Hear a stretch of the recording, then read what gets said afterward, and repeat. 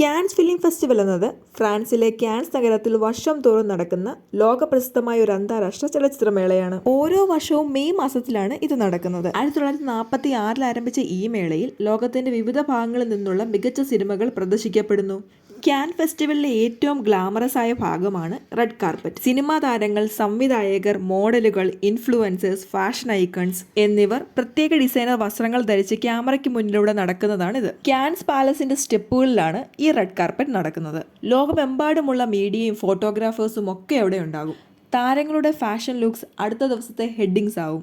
Luxury brands, luxury jewellery പ്രമോഷനുകൾക്ക് വലിയ വേദിയാണ് red carpet. Fashion ലോകത്തെ പ്രമുഖ ലക്ഷറി ബ്രാൻഡുകളായ ഗുച്ചി, ലൂയി വിത്തോൺ, ഡയോ തുടങ്ങിയ ബ്രാൻഡുകളുടെ ഡിസൈൻ ഔട്ട്ഫിറ്റ്സ് പല താരങ്ങളും ഇവിടെ ധരിക്കും. എന്നാൽ സിനിമകൾക്ക് വേദിയാകേണ്ട ക്യാൻ ഫെസ്റ്റിവൽ ഇപ്പോൾ വൈറലാകുന്നതും ചർച്ച ചെയ്യപ്പെടുന്നതും celebrity appearance, fashion looks, fashion outfits, പിന്നെ റെഡ് കാർപ്പറ്റ് എൻട്രൻസും കൊണ്ടാണ്. ഈ വർഷത്തെ ക്യാൻ ഫെസ്റ്റിവലിൽ പങ്കെടുത്തവരിൽ ഐശ്വര്യ റായി, ആലിയ ഭട്ട് മുതൽ മലയാളത്തിൽ നിന്നുള്ള കല്യാണി പ്രിയദർശൻ വരെ നീളുന്ന പ്രമുഖ താരങ്ങളാണ്.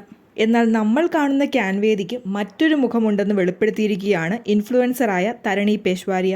ലോറിൽ എന്ന ബ്രാൻഡിനെ റെപ്രസെന്റ് ചെയ്ത് റെഡ് കാർപ്പറ്റിലെത്തിയ തരണി പ്രശസ്ത അല്ലാത്തതിനാൽ ഫോട്ടോഗ്രാഫേഴ്സ്മാർക്ക് പണം നൽകി ഫോട്ടോ എടുപ്പിക്കേണ്ട അവസ്ഥ വന്നുവെന്ന് വെളിപ്പെടുത്തിയിരിക്കുകയാണ്. തരണി ഇൻസ്റ്റാഗ്രാമിൽ ഷെയർ ചെയ്ത തന്റെ റീലിലൂടെ പറയുന്നത് 7 ഫോട്ടോസിനും 7 വീഡിയോസിനുമായി തരണി 400 യൂറോ ആണ് ചെലവാക്കിയത്. അതായത് 44,500 രൂപയോളം. ഏകദേശം 3 ലക്ഷം മുതൽ 4 ലക്ഷം വരെ ഒറ്റ രാത്രിക്ക് വാടകയായി നൽകേണ്ട ഹോട്ടൽ മാർട്ടിൻസിലാണ് താൻ താമസിച്ചതെന്നും തരുണി പറയുന്നു.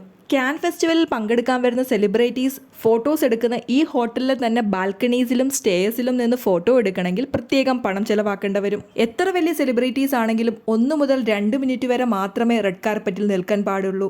അത് കഴിഞ്ഞാൽ അവിടെ നിന്ന് മാറിക്കൊടുക്കണം. 10 മിനിറ്റ് കാർപ്പറ്റിൽ നിൽക്കാം എന്നുള്ളത് സ്വപ്നം മാത്രമാണ്. ആർക്കും അങ്ങനെ ഒരു ഇളവില്ല. സോഷ്യൽ മീഡിയയിൽ ആലിയ ഭട്ടിന്റെ റെഡ് കാർപ്പറ്റ് അപ്പിയറൻസ് ഇപ്പോൾ വൈറലായിട്ടുണ്ട്. താരം പോസ് ചെയ്തപ്പോൾ ഫോട്ടോഗ്രാഫേഴ്സ് താരത്തെ മൈൻഡ് ചെയ്യാതെ വേറെ ആൾക്കാരുടെ ഫോട്ടോസ് എടുക്കുന്നതാണ് ഇപ്പോൾ വൈറലായിരിക്കുന്നത്.